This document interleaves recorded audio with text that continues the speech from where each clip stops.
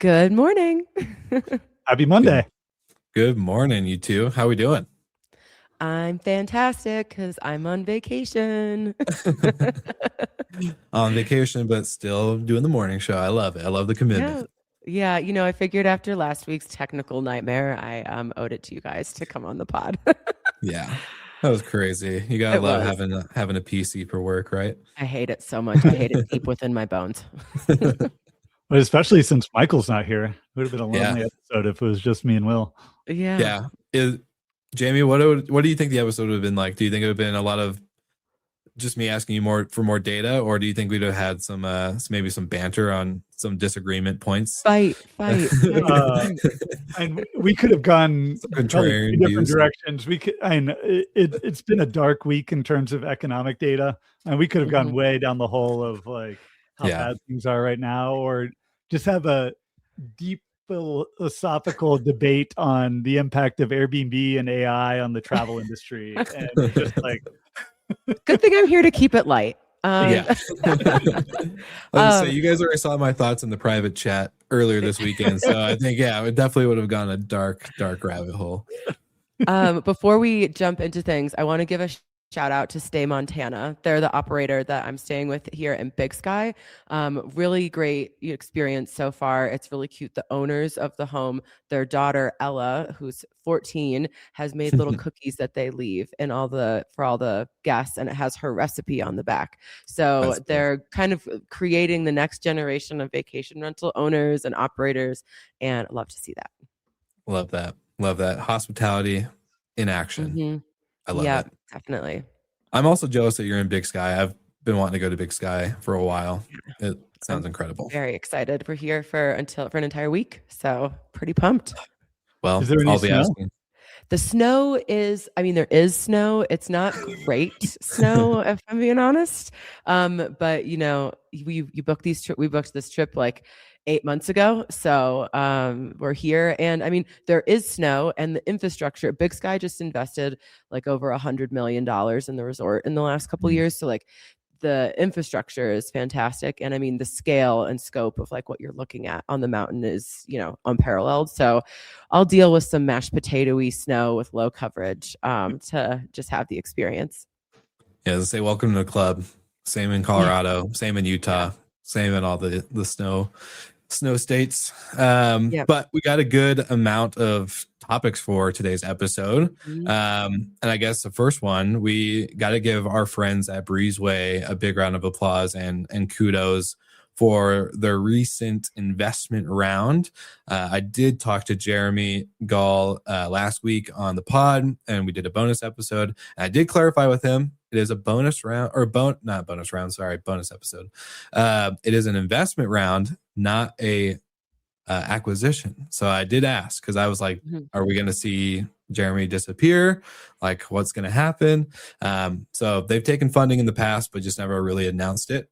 And this one was big enough to really kind of make them go, you know what, we should kind of spotlight this a little bit. So yeah, you have to highlight all that hard work, and it's exciting as a Breezeway user to see what they're gonna do with that money. I know.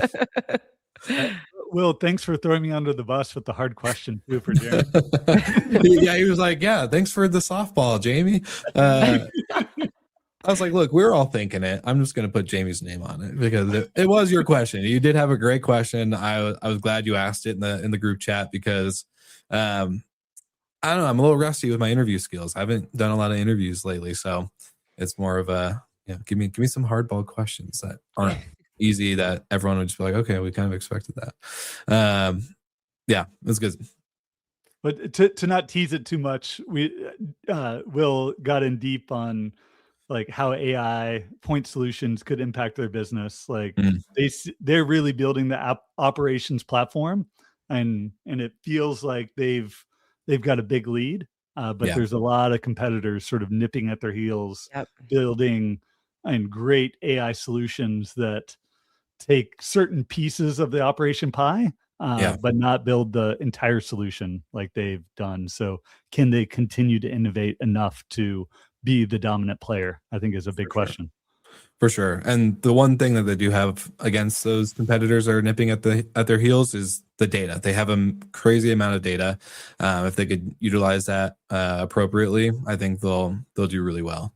Well, and they're so entrenched in so many of our businesses. I think they are like the leading software. So you have like the cost, the pain of switching and all of like that. So if they can kind of, shore up some of the things that operators are looking for, a lot of more automations, I think that they'll maybe some things that I have suggested in the past. What's your wish list, Brandy? Well, again, capacity-based housekeeping, like auto assigning based on geographical location, that kind of thing. So I'll just keep shouting it into the void until someone does it. Remain sticky, Breezeway. Remain sticky. Yes, that's all I gotta say. Well, speaking of bonus episodes and content, we have another episode coming out tomorrow. So, Brandy, do you want to lead us in? Yeah. So tomorrow we have a bonus episode with former Romy CEO Andreas King Giovannis and CFO Iskander Karimov. The three of us were running Romy for the better part of 10 years, and we have a special kind of episode to talk about our acquisition and everything like that. So it's part news announcement and part announcement, and then part kind of like a retrospective of the company that we built. And I think a lot of people that listen to the show have built their own businesses, so I think people might be able to relate to some of the highs and lows that we went through. 100%. During the recording of it, I was behind the stage kind of monitoring the recording, and I was laughing and smiling because like it is kind of crazy, 10 years of what you guys built. And this would be one of the many acquisitions on the show that we've covered, but also like that's happened with any of us on the show that co-host. So it was actually really cool to go down that memory lane. And I remember first hearing of you guys and meeting you, I think like early COVID, thanks to our friends at a good old Noise Aware, or now Rest. And it was a lot of good moments, I would say, just from thinking back of when we all kind of first met. Definitely. And it feels good to be able to like say it now because this happened in August. And so we were like, I've just been like, we're still, I didn't quit. It's like, everyone's like, wait, Brandy, why are you announcing the acquisition post Statera? Yeah, exactly. No, that makes sense. And shout out to our other amazing co-host on the GMH Hotels episode who's tuning in live on LinkedIn, Steve Turk. He said he's excited to listen to the episode tomorrow. So it'll be a good, fun bonus one for all the GMH listeners. But moving on, we do have some great topics that I would love to jump in with or jump into. So let's begin. This first one, I think we're going to go with Expedia. Expedia has basically said they've radically changed the direction of the company, which is true. We've talked about on the show. But I think maybe kind of what Brandy and Andreas and Iskander were doing is going down a little bit of memory lane here and talking about when they were super bloated, lacking direction, lacking vision. And now the company has obviously made what seems to be a complete 180, obviously, with their B2B platform, hugely expanded and taken off. Arian Gordon's, leadership really steering the direction, and there's been a ton of layoffs. So I'm going to open the floor. Now layoffs is good things.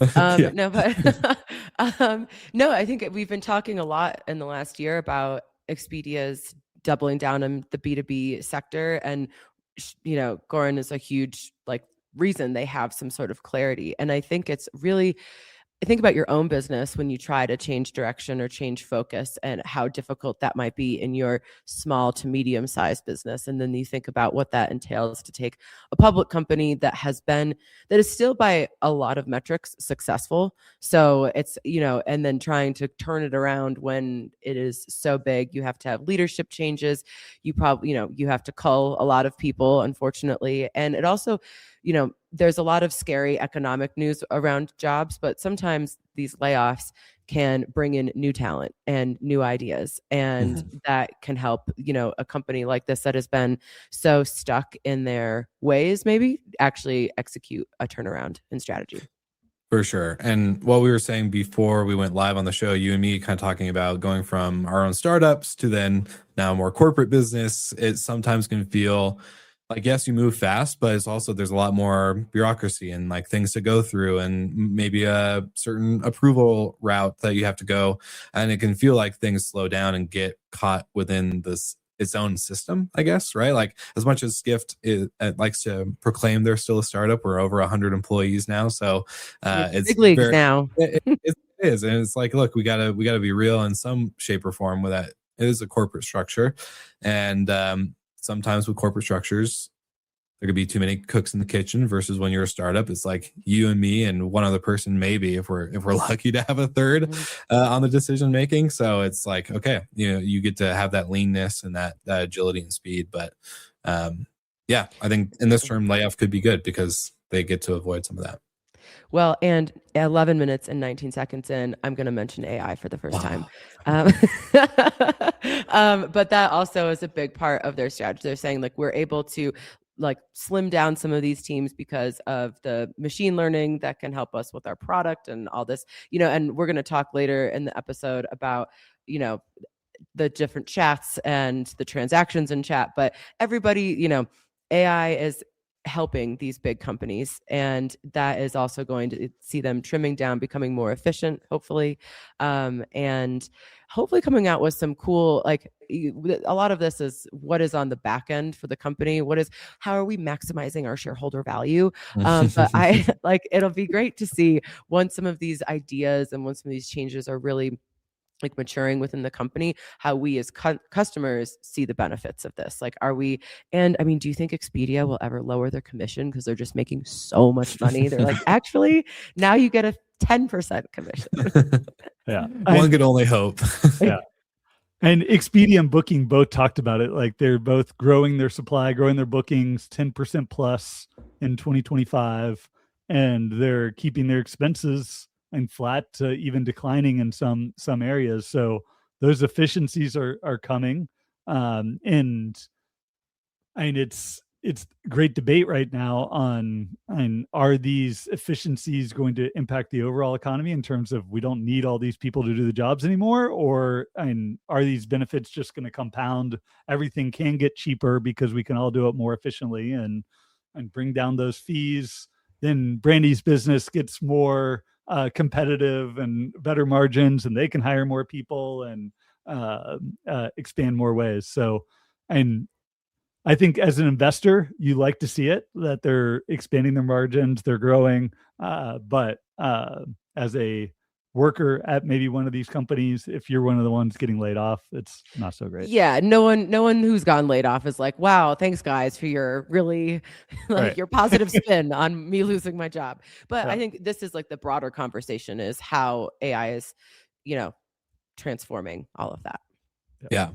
Well, in the top of the episode, Jamie, you kind of mentioned it kind of got a little dark this weekend as the job report was announced. We have more updates on the Iranian war happening, and so with oil is now over $100, which last week when we recorded on Monday was at 65. So that's great. Can't wait for that. As a guy who drives a car that needs premium gas, but yeah, Toyotas for the win, baby. Yeah. So let's go in. Give us some updates that happened on Friday, and then also I know we have some UAE data updates as well. So would love to give you the mic. And I won't dig too into it, but it was definitely a job report that was not good. Economy lost 92,000 jobs in February. A lot of that was in leisure and hospitality, down 27,000 jobs. I'll blame some of it on the weather. And there are like seasonal impacts of if people don't hire. We had a warm winter last year. It was definitely colder. I already hear in a lot of ski resorts, they just did not hire as many people because they didn't need to open up the back bowls or something like that. So definitely some weakness there. Last 3 months, we've averaged 6,000 jobs. That is not good. We should be growing about 100,000 jobs right now. Wow. So we did see the unemployment rate tick up as well. And then you mentioned gas prices now up to $100 a barrel. That's now $35 increase over the past week. And rule of thumb is every $10 increases gas by 25 cents. So we're looking now at about $1 increase in gas prices expected from the recent rise in oil prices. And then we are continuing to watch what's going on in the Middle East. We are still seeing broad-based cancellations throughout the region as people look to change their travel plans. In the UAE alone, last week we saw 90,000 nights canceled. That's up from a typical week of about 19,000. So should I put the chart up? Yeah, sure. So that's up almost 4,000 or 400% year or week over week. Gross nights booked. The flip side, nights booked were down 30%. So we do see some bookings from those people that are sort of displaced, looking to stay longer just because they have to, they can't get out. And generally what we see in conflicts like this is lasting impacts from just people not traveling to that area anymore. And that's going to have compounding effects. So not good right now and across the Middle East for bookings. So this is UAE, this is Saudi Arabia, this is Jordan, Israel. Like this is not minimal in terms of its impact that's happening throughout the Middle East. Yeah. When we were thinking about like the gas prices and everything, I learned a tidbit about jet fuel that they basically have just-in-time production. So like there aren't reserves of jet fuel because of how it has to be, it can't be stored. So when last week I have a vacation in the end of May coming up, and I texted the group chat and I was like, if you have not bought your tickets yet, you need to buy them like immediately, because that it's going to get really crazy once that starts to. So it's interesting, if you have vacation coming up that requires planes, maybe today book those flights. But our company go ahead, sorry.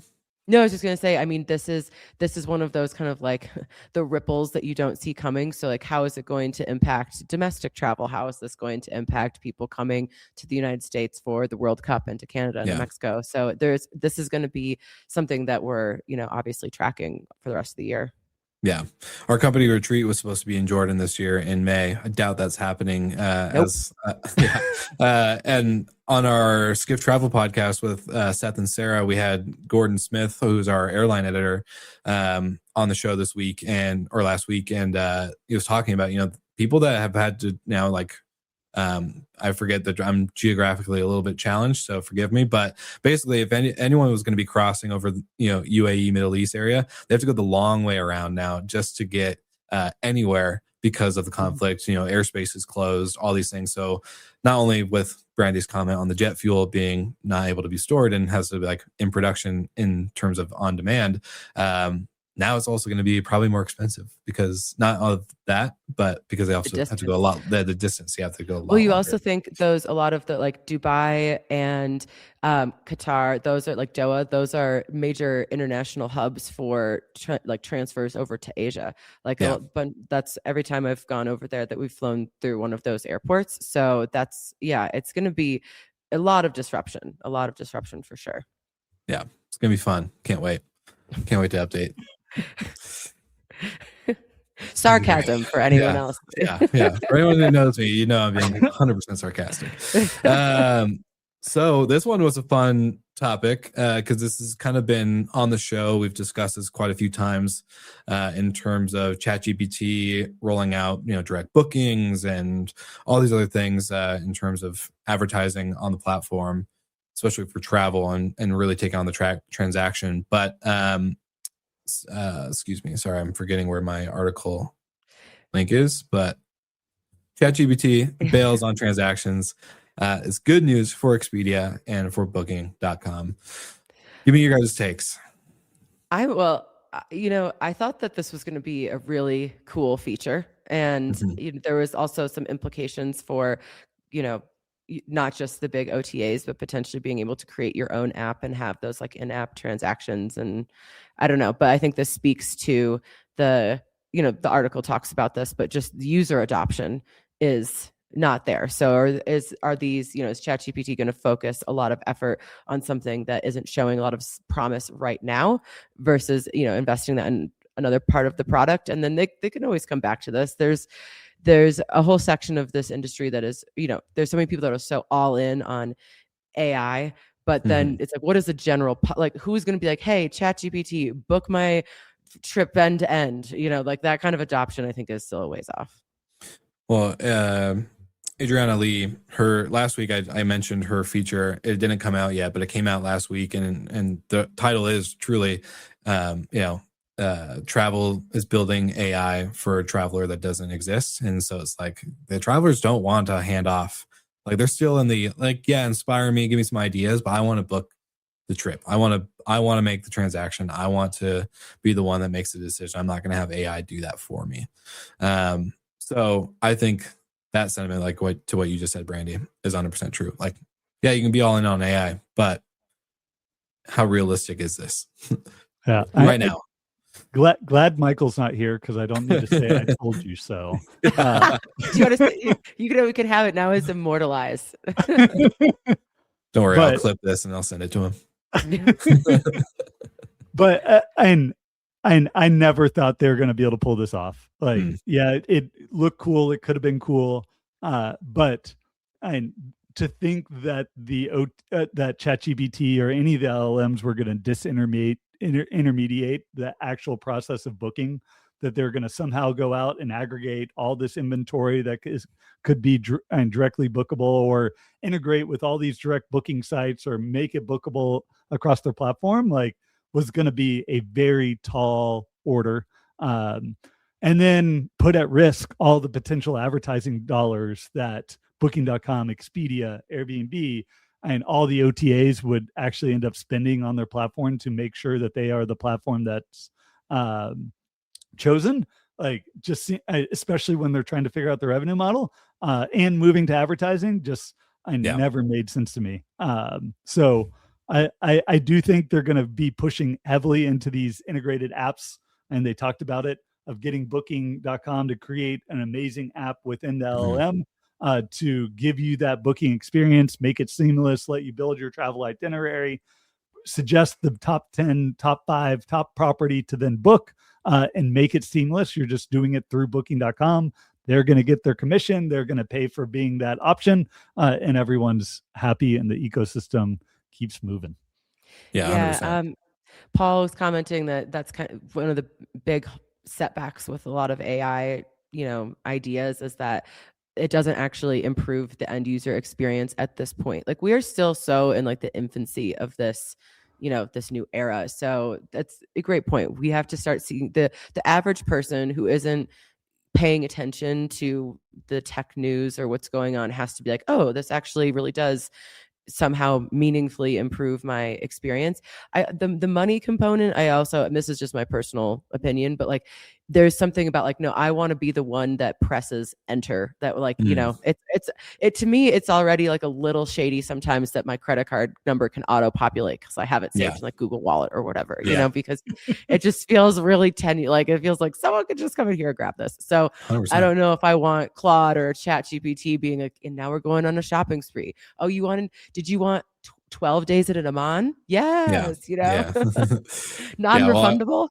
I also saw a post a couple weeks ago before I deleted social media off my phone, but it was I think 250% increase of uninstalls of ChatGPT once they announced a defense contract with the United States. And I was like, all right, yeah, I would do that too. I'm like, that makes sense. I'm in that same boat. I wouldn't want that information with them. And Chloe on YouTube mentioned that planning the trip is her favorite part of traveling. I want to let AI do that for me, even if it would save me hours of endless scrolling on OTAs. LOL. Well, and I think it's a great example is, I want to go for these dates. Like, what are the best flights, or what's the best use of my points, or kind of aggregator. And kind of figuring out, some of the financials or the logistics, or all of that, I think are great uses. And this will continue to evolve, but in its current state, this is what the AI companies want us to be thinking, that they're at a level that they're not quite yet. Well, back to the kind of main article though, this was a heavy push, I thought, from chat in the, maybe a month ago. Like this wasn't very long ago where they were like, yeah, we're going to push this movement into, taking care the transaction or the checkout process. So I'm curious to see what changed. Why did they take this hit from a value standpoint? Jamie, you mentioned in our private chat that this was a big hit for their valuation. So something obviously must have changed, but I'm curious why, because they seemed pretty bullish, and to now walk it back, it's like, all right, who paid you? That's what goes through my head. But the tin hat comes out. And what goes through my head is like they are getting crushed right now by Claude and some of their other competitors. Mm-hmm. Like the models from Gemini are incredible. The tools from Claude are incredible. And they need to focus on their core of what they do best and make sure that they are the tool for consumer, for enterprise, that their models are top, and maybe moving into and competing outside of their core might not be the best use of their resources at the moment to make sure that they win what they need to win at. Well, I mean, coming back to our earlier conversation about companies regaining focus, and it's kind of like, let's get back to the basics. Let's focus on what our core offering is. And also, it is crazy how much better Claude is. I just started using it like 2 weeks ago. I was like, this is significantly better. So, okay, question: as a guy who only uses ChatGPT right now, it's trained on all of our data from transcripts of the podcast to all of the things. Mm-hmm. If I move over to Claude, how hard is it going to be to train up that son of a gun? Am I going to be spending days like prompting like, you idiot, why are you giving me this BS answer that makes no sense? I highly doubt that. Okay, cool. Yeah. I switched over. I spent all weekend playing. I'm obsessed right now. Well, for our live viewers and listeners, I want to know, what AI model are you using? Why do you like it? What made you switch, if you did switch?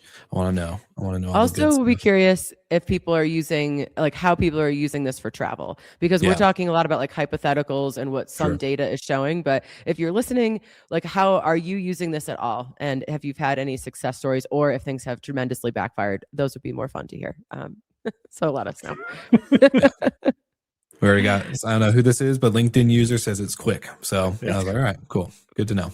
I'd say to one of your points though, Will, you can still tell though, like when someone is just copy and pasting out of Claude or ChatGPT and not putting their own thought into it, just taking the generic answer. It's like maybe that's better than what they would have come up with on their own. It levels everyone up a little bit, but those people putting, and to your point, like, I need all the context of everything I've been doing for it to actually get a good response. Mm-hmm. Like, it takes time, it takes effort to get really good work out of it. Yeah, 100%. And just a couple of quick comments that came into the show. We had Jackie say, ChatGPT, or she's on ChatGPT and might switch to Claude after this. Another LinkedIn user said Claude is the best, easier to train up. So a lot of Claude fans in the house. Sounds like we have a majority wins over here. Sounds like it. But this has been a fun episode. I think this is a great topic, a lot of speculation, a lot of good insight. It's been cool to also revisit topics that we've been talking about for the last couple months, and see how this kind of evolved so quickly in the last quarter. So I know there's going to be a lot of that to come still, but as Michael is out on spring break with his family, what do you guys have this week that you're looking forward to, or that you got to go on? Brandy's on vacation. I'm on vacation. Yeah, I'm like literally looking outside at the mountain right now. It is gorgeous. The sun is like coming up and like shining on the peaks. Oh my god, it looks so pretty. Well, I am excited that we did get it. We got an hour stolen from us, but now that we get 7 p.m. sunsets, which is nice. It's not going to be as crushingly depressing at night. Yeah. Jamie, what about you? What's going on? Yeah, I've got my AirDNA team all in Atlanta this week for our data science offsite. We're building some fun stuff. Lots to announce coming up soon, but it is going to be a fun week of building. I love it. Are you guys doing like a hackathon type of approach? Like what's the vibe? We're gonna have a day and a half of hackathon and some planning, some strategy, some fun all mixed together. all mixed together. It's a good approach. Good approach. I like it. Well, for all of those who are tuning in, thank you so much for participating live or listening on the audio version of the show. Don't forget that we mentioned at the top of the episode, we have a bonus episode coming out tomorrow with Brandy hosting her own special on the show with Andreas and her former CFO Iskander at Romy as they announce their acquisition by Cozy Suites. And then, of course, our GMH Hotel episode coming out this Wednesday with Sarah Dandashy and Steve Turk, who always bring that early morning energy. We love to see it. But until next time, we'll see you all again next week.